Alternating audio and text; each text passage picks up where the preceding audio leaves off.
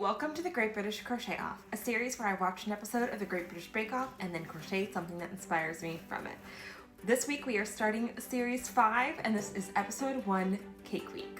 As always, while I will not be discussing who left or who got Star Baker, I will be discussing these specific challenges. So if you're doing a watch along, which I highly suggest you do because this is, of course, as always, a very good series.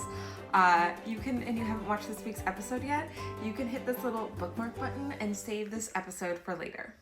And as I said, we are starting off with Cake Week, which is a great thing for me to start off with as a bake-off crocheter, because cake is such an easy thing to manipulate into something yarny. You can look at a cake and see lots of fun, whimsical crochet things. So it always feels very good when we start off with Cake Week. I feel like I'm starting off with lots of good ideas.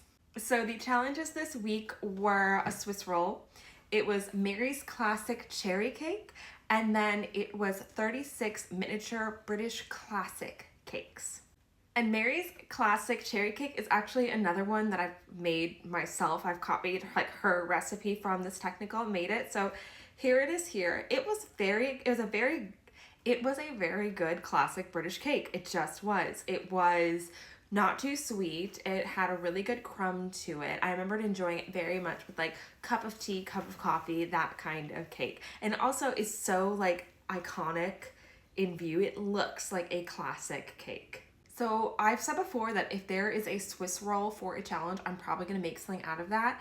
But for this week, I actually ended up combining 2 of the different challenges. So this week I made miniature British cakes, one of them being Mary's Classic Cherry Cake. But of course, these are not just a pile of miniature British cakes. They are also a miniature crocheted bake-off bunting to decorate my studio here in Shea Yarn. So I'm always looking to make more crochet decorations in here. So when I saw the miniature cakes, I was like, ooh, those are going to be a little bunting for the Shea Yarn studio in here. So these are the cakes that I made. Of course, I made Mary's iconic cherry cake.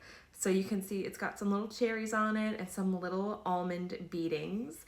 And then you have just a classic little bundt cake. This could also be a very cute little crocheted donut, especially if it was a cake style donut. And then this is a Victoria sandwich. So you have your 2 layers of cake. You have your little layer of raspberry jam and some cream. And then these bead sprinkles are the powdered sugar on top, because I was trying to kind of connect all of these by putting seed beads on all of them. So the last one, this is a Battenberg cake slice. I've never really played around with the checked pattern much before, so it was a really good excuse to play around with a new technique of doing things. And then I did little rainbow seed beads once again to bring all of these together. And then I added some hearts to the string as well to separate the different styles of cake, because we love cake and we got to show it.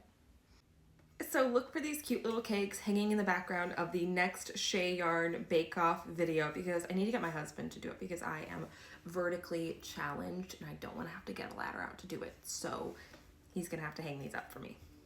Make sure you check out this week's episode of the Great British Crochet Off technical version, where I chat through the background and the patterns for making all of these guys.